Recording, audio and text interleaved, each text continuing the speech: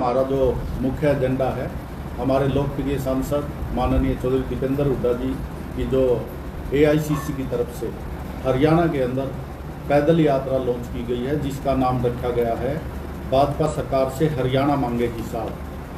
जो ये लॉन्च की गई है हरियाणा प्रदेश के अंदर, और इसके हमारे AICC की तरफ से प्रदीप नरवाल जी जो है वो इसके इंचार्ज लगाए गए हैं। तो इस यात्रा के उपलक्ष्य में हमने आज ये प्रेस कॉन्फ्रेंस रखी है। किस प्रकार से 10 वर्षों के अंदर जो भाजपा का शासन रहा है और उसके अंदर हरियाणा प्रदेश को जो पहले विकास में नंबर 1 होता था, उसको पिछाड़ने का काम जो बीजेपी की सरकार ने किया, उसमें कुछ पहलुओं पे जो जिन बातों का हम जो बीजेपी से हिसाब मांग रहे वो इसमें निम्नलिखित प्रकार से है। जिस प्रकार से देश के अंदर सर्वाधिक बेरोजगारी क्यों है, आज हमारे युवा जो है वो बेरोजगार भटक रहे हैं। 2 लाख से ज़्यादा जो है हमारे सरकारी पद वो खाली पड़े हैं। और अगला हमारा है देश में सर्वाधिक महंगाई आज हरियाणा में क्यों, क्योंकि आप देख रहे हो जिस प्रकार से गैस का सिलेंडर लगभग 1000 रुपये में मिल रहा है। जब कांग्रेस का शासन था तो गैस का सिलेंडर जो है वो 400 रुपये में मिलता था। आज अगला हमारा पॉइंट है देश में सर्वाधिक अपराध हरियाणा में क्यों है।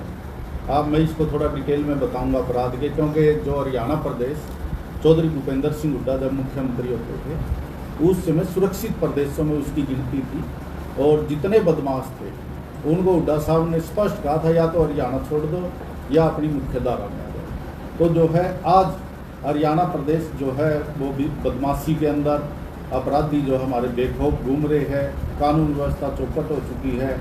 हरियाणा देश में किडनैपिंग में नंबर 1, महिलाओं के खिलाफ अपराध में नंबर 1, डकैती में नंबर 1, रेप की घटनाओं में पूरे देश में दूसरे नंबर पर। हरियाणा में जो है हत्याओं में हरियाणा भारत में तीसरे नंबर पर।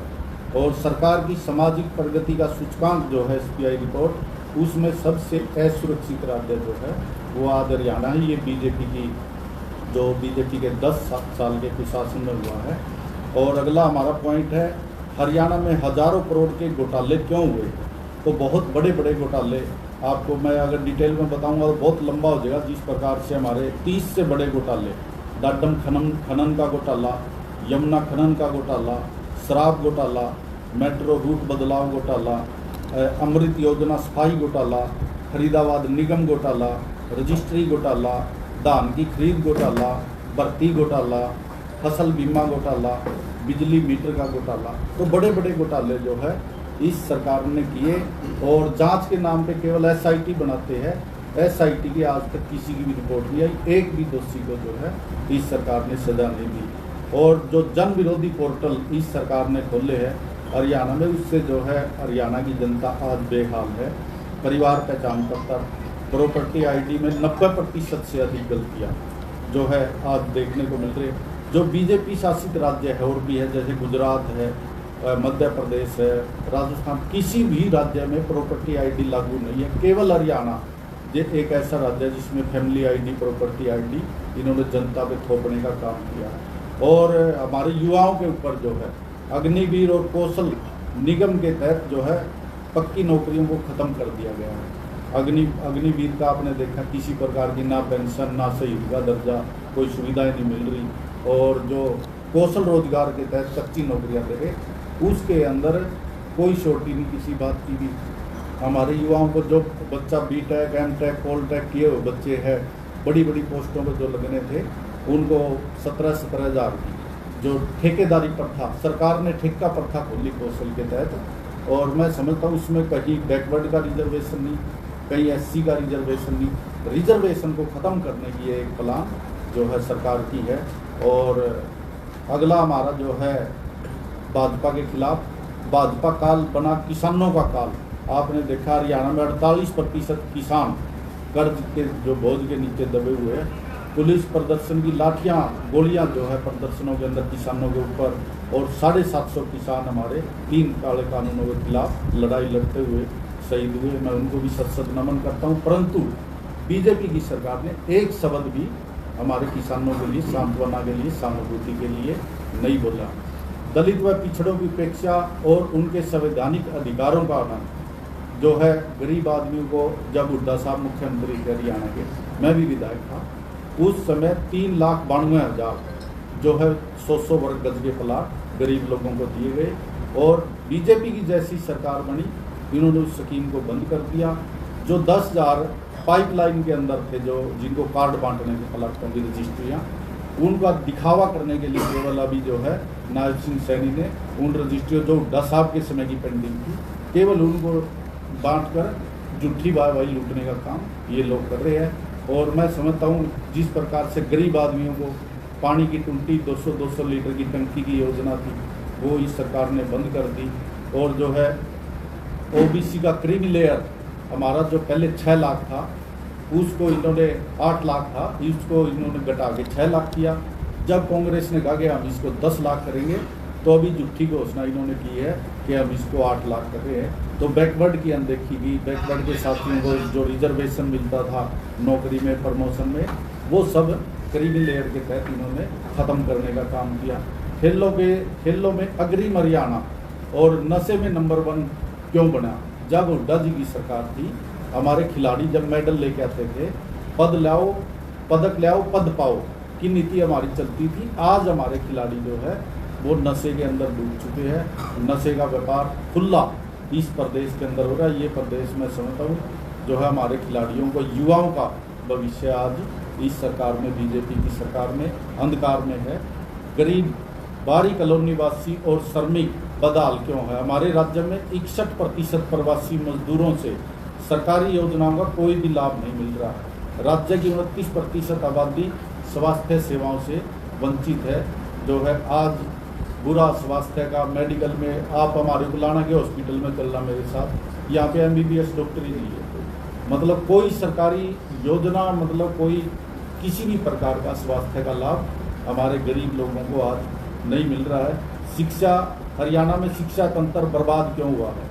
कांग्रेस ने 2623 नए स्कूल बनाने का काम किया था, 154 नए पॉलिटेक्निकल खोलने का काम किया था, 56 IIT बनाने का काम किया था।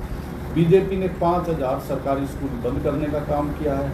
कॉलेजों में प्राध्यापकों के 58% पद जो हाथ खाली पड़े हैं। स्कूलों में प्राध्यापकों के, अध्यापकों के जो है 50% पद खाली पड़े हैं। स्कूली बच्चों को भी जो है आज फीस देनी पड़ रही है, धरने देने पड़ रहे हैं। और जो मैं समझता हूँ स्कूलों के नाम बदल के कहीं संस्कृति मॉडल स्कूल, कहीं PM श्री स्कूल करके हमारे बच्चों पे, गरीब आदमियों पे फीस का बोझ डालने का काम इस सरकार ने किया है। और मैं समझता हूँ हरियाणा में स्वास्थ्य सेवाओं का दिवालिया क्यों पिटा हुआ है? आयुष्मान योजना के नाम पर लोगों को धोखा दिया जा रहा है। ग्रामीण क्षेत्रों में विशेषज्ञ डॉक्टरों के 54% रिक्त पर, जो मैंने अभी आपको बताया, पहले भी आ रही है बात, तो काफ़ी जो है 10 साल में भी नया अस्पताल, एक भी मेडिकल कॉलेज इस सरकार ने नहीं बनाया। हुड्डा साहब जब मुख्यमंत्री थे तो बड़े बड़े एम्स और जो बड़े बड़े हॉस्पिटल खोलने का काम हुड्डा साहब ने किया। जैसे जज्जर में एम्स खुला, हुड्डा साहब की देन थी। बच्चों को जो है आज बच्चे बेटियों को हर वर्ग को न्याय की बजाय लाठियों से पीटा जा रहा है। स्कूली बच्चे धरने पर बैठे, बेटियों को जंतर मंतर पर घसीटा गया। मजदूर, कर्मचारी, सरपंच, आशा वर्कर को लाठियों से, किसानों को लाठी और गोलियों से जो है इस सरकार ने ढूंढने का काम किया। ऐसी मतलब सरकार जो किसी के प्रति अपनी सहानुभूति नहीं रखती, तो मैं समझता हूँ इस सरकार से जो आज कांग्रेस पार्टी साथ मांग रही। हरियाणा की अर्थव्यवस्था विकास की पटरी से आज क्यों उतरी है? हरियाणा राज्य में 6 गुना कर्ज बढ़ गया है। जब कांग्रेस की सरकार थी उस समय जो है हरियाणा पे केवल 70,000 करोड़ का कर्जा था। आज जो है 4,51,000 करोड़ का कर्जा इस सरकार ने, जो कोई नया प्रोजेक्ट, कोई एम्स, यूनिवर्सिटी, कुछ भी इस सरकार ने नहीं बनाया। फिर भी हरियाणा को जो है इतने कर्ज के बोझ के नीचे दबाने का काम किया। इंफ्रास्ट्रक्चर शून्य है, प्रोजेक्ट स्थानांतरित या रद्द किए गए हैं। ऑल इंडिया एम्स वगैरह, अंतर्राष्ट्रीय हवाई अड्डे, rail coach factory, railway line, metro इत्यादि की 1 इंच की लाइन इन्होंने आगे नहीं बढ़ाई है। और 2014 और 19 के घोषणा पत्र में भाजपा ने जो वादे किए थे, MSP पे बोनस देने का वादा किया था, 9,000 रुपये बेरोजगारी भत्ता देने का वादा किया था, 5100 रुपये बुढ़ापा पेंशन देने का काम किया था, नौकरियों में 75% आरक्षण देने का काम किया था, सरकारी कर्मचारियों को पंजाब के समान वेतन देने का जो वादा किया था। आज ये भाजपा सरकार सत्ता के नशे में सारे वादे अपने भूल गई है। केवल अपने पूंजीपति मित्रों को जो है वो फायदा पहुँचाया जा रहा है। देश के जो संस्थान जो है वो बेचे जा रहे हैं, निजीकरण देश के अंदर किया जाए, चाहे स्कूली शिक्षा का निजीकरण हो, बिजली का निजीकरण हो, हमारी परिवहन की बसों का निजीकरण हो, सब कुछ निजी हाथों में सौंपकर सरकार की जो सरकारी PSU थे संस्थान उनको आज बेचा जा रहा है।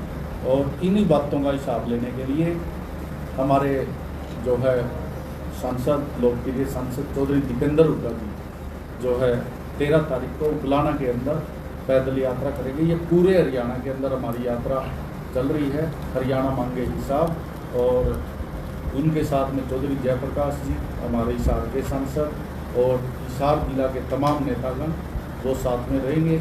और मैं तो हमारे साथियों से, सभी कार्यकर्ताओं से और आम जनता से जो वो अपील करता हूँ कि वो सब भी इसके अंदर पहुंचकर जो है चौधरी दीपेंद्र हुड्डा जी का स्वागत करें, उनको आश्वासन दिलाए कि जनता भी जो है इस 10 साल के बीजेपी के कुशासन से परेशान है। और आगामी 2024 में जो अभी अक्टूबर में चुनाव होना है उसके अंदर जनता जो है वो बीजेपी से एक एक कार्य का हिसाब मांगने के लिए तैयार है। और इस बीजेपी की निरंकुश अलोकतांत्रिक असंवैधानिक सरकार को, जो लोकतंत्र को बाबा साहब अम्बेडकर ने जो संविधान दिया था उसको ख़त्म करने की कोशिश की फिराक में है, तो ये जनता बाबा साहब के दिए हुए संविधान को कभी भी समाप्त नहीं होने देगी। इस बीजेपी को इस चुनाव में उखाड़ फेंकने का काम करेगी। 13 तारीख को जो आपने यात्रा की बात की है, गुलाना में कहाँ रहेगी, कोई पॉइंट विशेष पर दिया गया, क्या तैयारियाँ? बिल्कुल, मैं कुछ 1-2 पॉइंट और हमारे बताना चाहता हूँ। ये तो हमारे थे जो है हरियाणा मांगे हिसाब के, और कुछ हरियाणा के संकल्प भी है जो हम इस यात्रा में हमारे पर्चे पोस्टर भी छपे हुए लोगों तक पहुँचाएंगे। कांग्रेस, हरियाणा कांग्रेस पार्टी ने हमारे प्रदेश अध्यक्ष श्री उदयवान जी और हमारे CLP के नेता पूर्व मुख्यमंत्री चौधरी भूपेंद्र सिंह हुड्डा जी ने ये लॉन्च किया हरियाणा जो है कांग्रेस के संकल्प। इसमें कुछ हमारी संकल्प है, घोषणाएं मान लो, जो हम हमारी सरकार बनने पर कांग्रेस की ये सब सुविधाएं जनता को देने का काम करेंगे। मैं ये पढ़ देता हूँ, ये भी जो है बुढ़ापा पेंशन हमारी 6000 रुपये महीना करने का काम करेंगे। OPS जो है वो लागू करेंगे। 2 लाख सरकारी जो नौकरियों में खाली पद पड़े हैं उनको भरने का काम करेंगे। सफाई कर्मचारी और मनरेगा के जो मेट है उनको पक्का किया जाएगा, और मनरेगा की तनख्वाह जो दिहाड़ी है मजदूरी उसको भी बढ़ाया जाएगा। 600 रुपये की घोषणा हरियाणा ने की हुई है कांग्रेस पार्टी ने। जातिगत जनगणना कराएंगे। हर परिवार को 300 यूनिट बिजली की फ्री देंगे, और जो है 25 लाख तक का इलाज सरकारी खर्चे पर होगा। ये हमारी बहुत बड़ी एक घोषणा है इलाज के लिए। जो गरीब आदमी अपने परिवार का इलाज नहीं करवा सकता 25 लाख तक का इलाज करवा पाएगा। और गरीब परिवार को 100 वर्ग गज के प्लाट मुफ्त में दिए जाएंगे, और उसके ऊपर 3.5 लाख की लागत से 2 कमरे का मकान बनवा कर दिया जाएगा। विकास, निवेश, शिक्षा, स्वास्थ्य में हरियाणा को जो है वो नंबर 1 बनाया जाएगा। जन विरोधी पोर्टल जो अभी हमने बात करी थी, ये सरकार केवल पोर्टलों की सरकार, कहीं फैमिली ID, प्रॉपर्टी ID, जो इस तरह की चीज़ों से हमारे बहुत ज़्यादा नुकसान, हमारे लोगों के करीब 9.5 लाख तो गरीब लोगों के BPL कट गए पोर्टलों की वजह से, और 4.5 लाख बुजुर्गों की जो है बुढ़ापा पेंशन इन पोर्टलों की वजह से, इनकम की वजह से जो लिमिट करी इन्होंने 1,80,000 उसके तहत काटी गई है, तो इन पोर्टलों को बंद किया जाएगा।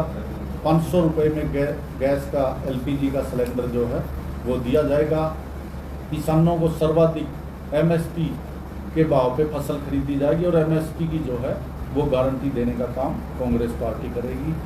BC का क्रीमी लेयर जो बीजेपी ने 8 लाख से घटाकर 6 लाख किया था, उसको कांग्रेस की सरकार बनने पर फिर से 10 लाख रुपए किया जाएगा, जिससे हमारे बैकवर्ड के भाइयों को जो है नौकरियों के अंदर नौकरी में प्रमोशन में इसका बड़ा अच्छा फ़ायदा मिलेगा। और हमारे खिलाड़ियों के लिए पदक लाओ पद पाओ की नीति दोबारा से लागू की जाएगी। और सबसे बड़ा जो मेन मुद्दा है हरियाणा का वो है नशा। जो मैंने पहले बताया, इस सरकार में नशा की तस्करी खुलेआम हो रही है, कोई रोक टोक नहीं, कोई रोकने वाला नहीं। और अपराध जो है वो हर जगह, मर्डर, मैंने पहले ही बताया, इंडेक्स हरियाणा का नंबर 1 पे और नंबर 2 पे चल रहा है सब अपराधों के अंदर पूरे भारत के अंदर। पहले ये कहते थे कि भाई यूपी बिहार में क्राइम है, लेकिन आजकल हरियाणा जो है अपराध में, क्राइम में, नशा में नंबर 1, पंजाब को भी पछाड़ दिया नशा के अंदर। तो नशा और अपराध को ख़त्म किया जाएगा। और अब आपने जो अनूप भाई ने पॉइंट पूछा था कि आपकी यात्रा कहाँ से कैसे रहेगी, हमारी यात्रा का शेड्यूल रहेगा अग्रवाल सेवा सदन के आगे से। हम ये स्टार्टिंग अग्रवाल सेवा सदन 24C से वाया बुन्ना नरवाना रोड बस स्टैंड से होते हुए, और ये कॉलेज के पीछे जो हमारी महावीर मार्केट है, महावीर मार्केट उससे अप्रोच रोड से बाराटा से गोल्ड मंडी, और फिर पुरानी मंडी गीता भवन के पास आगे जो है साइड के नीचे गीता भवन में भगवान के सामने प्रार्थना करके कि इस बीजेपी के शासन को उखाड़े, फिर हम इस यात्रा का वहाँ समापन। कोई जनसभा टाइप भी की जाएगी? ओपन जनसभा होगी, इसमें हम जो है वो नहीं करते कहीं पर भी, मतलब जो यात्रा लग रही है उसमें केवल जो हमारा रथ है यात्रा पैदल होगी, लेकिन संबोधन जो रथ के ऊपर चढ़ के खुले ओपन में शेड के नीचे हम छाया में कर लेंगे, क्योंकि धूप सुबह की जो हमारी यात्रा है लगभग 11 बजे का टाइम है। सुबह 11 बजे अग्रवाल सेवा सदन से चल के गीता भवन पुरानी मंडी फुलाना में इसका समापन होगा। हर मंच से कांग्रेस एक होने के दावे किए जा रहे हैं, लेकिन अभी भी 2 यात्राएं हरियाणा में चल रही है, कौन सी को कांग्रेस की यात्रा माना जाएगी? नहीं, देखिए हमारी तो जो है, मैंने पहले ये स्पष्ट किया आपके सामने, AICC से प्रदीप नरवाल जी को इस यात्रा का, दीपेंद्र जी की जो यात्रा थी इसका इंचार्ज लगाया गया। तो AICC की तरफ से आधिकारिक यात्रा है। वैसे प्रत्येक नेता जो है अपने अपने हल्के में या पूरे प्रदेश में जो है कांग्रेस पार्टी की मजबूती के लिए यात्रा निकाल रही है। भाजपा के जो पूर्व में मंत्री रहे हैं, खेल मंत्री, उन पर आरोप तय हो गए, जबकि पूरी भाजपा उनके पक्ष में खड़ी थी, क्या कहेंगे? मैं तो समझता हूँ ये जो भाजपा है अपराधियों को शरण देती है, और इनके जो सत्ता में मंत्री बने बैठे वो भी अपराधी है। चाहे वो दिल्ली वाला था, क्या नाम था अपना, ब्रिजभूषण, और इसको भी मुख्यमंत्री ने बार बार कहा कि हम इसको जो है पद से नहीं हटाएंगे। आज वो खट्टर साहब कहाँ है? जब 2 सीटों हो तब खट्टर साहब को जो है जनता से माफ़ी मांगनी चाहिए और संदीप सिंह को जल्द से जल्द जेल के अंदर भेजना चाहिए। CM हाउस पे टीचरों पे लाठीचार्ज, हाउस पे क्या कहना? देखिए बड़ा निंदनीय है। हमारे शिक्षक है, हमारे बच्चों को शिक्षा देते हैं, गुरु का दर्जा दिया गया है।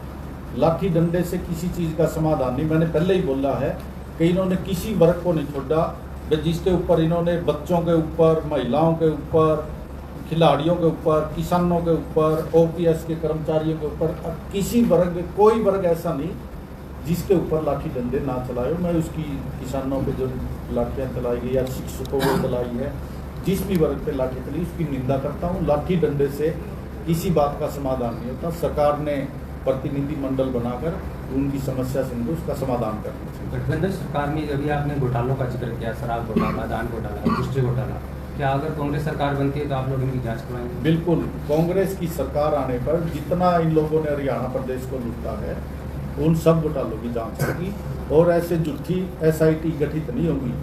SIT की जो रिपोर्ट आएगी उसके आधार पे FIR दर्ज करके जो घोटालेबाज है, चाहे अधिकारी है, चाहे मंत्री और MLA है, उन सब को जो है जेल में भेजा जाएगा। हरियाणा जो हमारे यहाँ के विधायक थे, राज्य मंत्री भी रहे 4.5 साल, तो कुछ घोटालों का जिक्र कई बार मीडिया करती रहती है, क्या उनका हिसाब भी उससे मांगा जाएगा? बिल्कुल, अगर जनता से, ग्राम पंचायत से, कहीं से भी कोई शिकायत आएगी हमारे पास, तो उसको विधानसभा के अंदर भी हम, अभी हमारे जैसे अभी सरकार में नहीं, हमारे CLP के नेता है चौधरी भूपेंद्र सिंह हुड्डा जी, उनसे उठवाने का काम करेंगे। और बिल्कुल मैं मेरी तरफ से भी चिट्ठी लिख के भेजूंगा, अगर कोई कंप्लेंट मुझे देता है मुख्यमंत्री को तो उसकी जांच करवाएंगे। सर हरियाणा सरकार पूर्ण रूप से तैयार हैं आप अक्टूबर में एक युद्ध जो है विधानसभा में पहुंचने का, उसके लिए?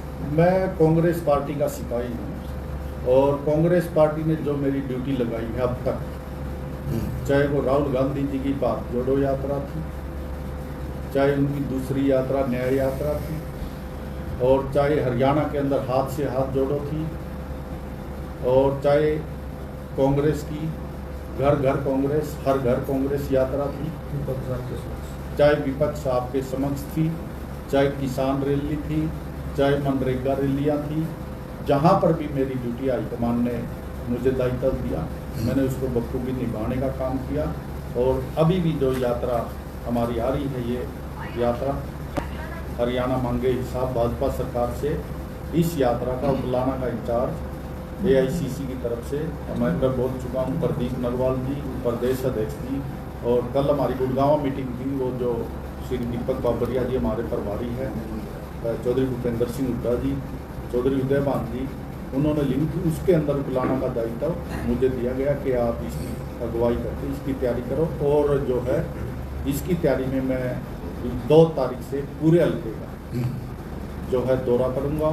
लोगों को हमने स्टिकर छपवा के मटेरियल हमारा तैयार हो गया है, बंडल हमारे मटेरियल के सारे आ चुके हैं, तो ये सारा का सारा जो है मटेरियल भी लोगों तक पहुंचाएंगे, घर घर जाके हम इसकी बीजेपी की विफलताओं को जो है लोगों को बताएंगे। और जो कांग्रेस के समय में जो विकास कार्य हुए थे हुड्डा साहब के समय, उन सब को भी, वो भी हमारे पास पर्चे छपे हुए हैं, वो उपलब्धियां हमारी, वो सब भी हम जो है जनता को देंगे, जनता को जागरूक करने कृषि का कानूनों की बात की, किसानों की शहादत की बात की, 4.5 साल तक गठबंधन रहा, उसमें दुष्यंत चौटाला को कभी याद नहीं आई, लेकिन जैसे ही गठबंधन टूटा अब वो किसानों के दुर्दर्द को लेकर के बातें करते हैं। देखिए, ये तो वो हमारे नेता जो है, चाहे हमारे चौधरी भूपेंद्र सिंह हुड्डा जी हो, चाहे उदयभान जी हो, और हमारे लोकप्रिय सांसद चौधरी दीपेंद्र हुड्डा जी ने सिरसा जो किसान रैली हुई थी उसमें कहा था कि इनका एक समझौता और होगा। पहले भी ठगबंधन था, इनका गठबंधन नहीं ठगबंधन था, और सिरसा किसान रैली में दीपेंद्र हुड्डा जी ने पहले ही कह दिया था इनका एक समझौता तो ये ठगबंधन वाला है, एक समझौता भी ये ठगबंधन तोड़ने का भी होगा, और वो उनकी बात बिल्कुल सच निकली।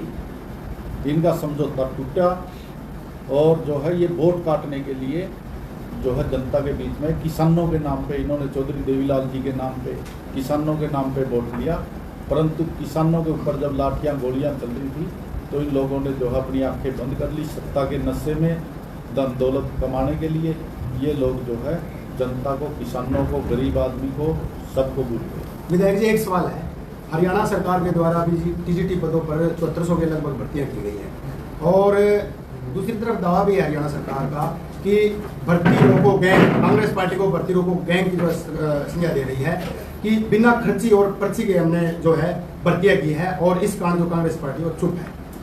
देखिए, मैं समझता हूँ जो इन्होंने कहा, कांग्रेस ने कभी भी कोई भर्ती नहीं रोकी, इनकी भर्तियाँ, क्योंकि इनके ना तो कोई चेयरमैन, ना SS बोर्ड के चेयरमैन तो ऐसे बैठा रखे हैं जो जिनके ऑफिसों में करोड़ों करोड़ों रुपए की सूटकेस से पकड़ी गई।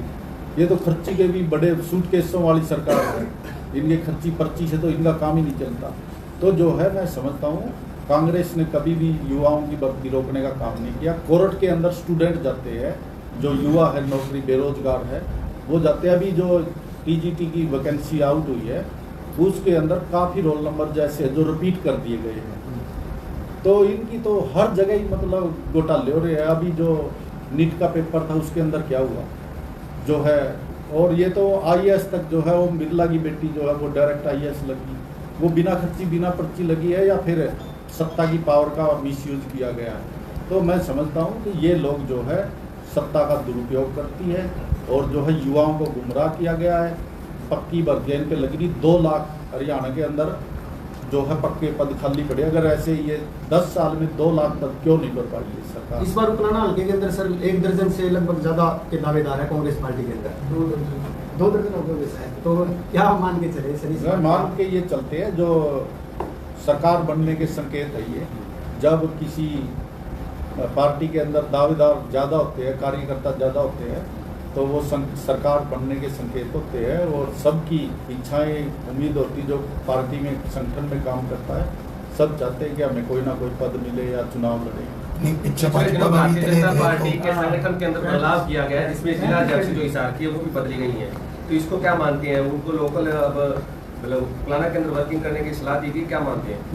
वो तो बीजेपी वाले बताएंगे, हम तो क्या बताएंगे। वे उन पे आरोप भी लगे हैं, या आरोप भी लगे, अखबारों में कुछ आया है, तो वो तो बीजेपी वाले जाने किस कारण से हटाया या क्या जिम्मेवारी उनको देना चाहते हैं। नरेश जी, कई बार टिकटार्थी ज़्यादा होते हैं, ज़्यादा टिकटार्थियों का पार्टी को नुकसान हो जाता है, उस विषय पे आप क्या कहेंगे? नहीं, देखिए ऐसा कोई बात नहीं, जो टिकटार्थी है वो कांग्रेस के लिए काम कर रहे हैं सब, और मैं समझता हूँ हरियाणा प्रदेश की जनता जो है इस समय चौधरी भूपेंद्र सिंह हुड्डा जी के नेतृत्व में कांग्रेस की सरकार बनाने का मन बना चुकी है। मैं समझता हूँ जितने हमारे प्रत्याशी होंगे सब मिलजुल के हम कांग्रेस का प्रत्याशी जो उसको हाईकमान टिकट दे के मिले उसको जिताने का काम करेंगे। जिस प्रकार से लोकसभा के चुनाव में कांग्रेस पार्टी ने मेरिट के आधार पे और जनता से सर्वे करवा के उसके आधार पे टिकट देने का काम किया, और सर्वे के आधार पे मैं धन्यवाद करता हूँ हमारे हाईकमान का भी, श्री मल्लिकार्जुन खड़गे, राहुल गांधी जी, और हमारा प्रदेश का नेतृत्व उदय भान जी, प्रदेश अध्यक्ष हुड्डा साहब, उन्होंने चौधरी जयप्रकाश जी को सर्वे के आधार पर टिकट दिया और उसमें हम जो है जीत दर्ज करने में सक्सेस हुए। और मैं मेरे गुलाना हल्के की जनता का भी धन्यवाद करता हूँ कि जिन्होंने 25,964 वोटों से जो है लगभग 26,000 वोटों से चौधरी जयप्रकाश जी को जिताने का काम किया। उसके लिए मैं हमारी सब साथियों का सवाल धन्यवाद। अक्सर आपके सामने प्रेस वार्ता में सामने आ जाता है यही कि आपने कहा मेरिट के बेस पे कांग्रेस टिकट देगी, लेकिन यहाँ कुमारी सैलजा का अपना हल्का है, अगर कहीं कहीं उनका व्यक्तित्व इस पर हावी रहा तो ऐसे में नरेश सिलवाल क्या करें? नहीं, वो पार्टी हाईकमान डिसाइड करेगा हमारा जो भी, पहले स्टेट बॉडी बैठेगी, उसके बाद हमारी CWC की कार्यकारिणी दिल्ली जो राष्ट्रीय स्तर की है वो उसका फैसला, उसके बारे में तो जो हाथ का निशान लेकर के आएगा आप भी उसके साथ? बिल्कुल, कांग्रेस पार्टी जिसको टिकट देगी हम उसके साथ। बोलो, काफी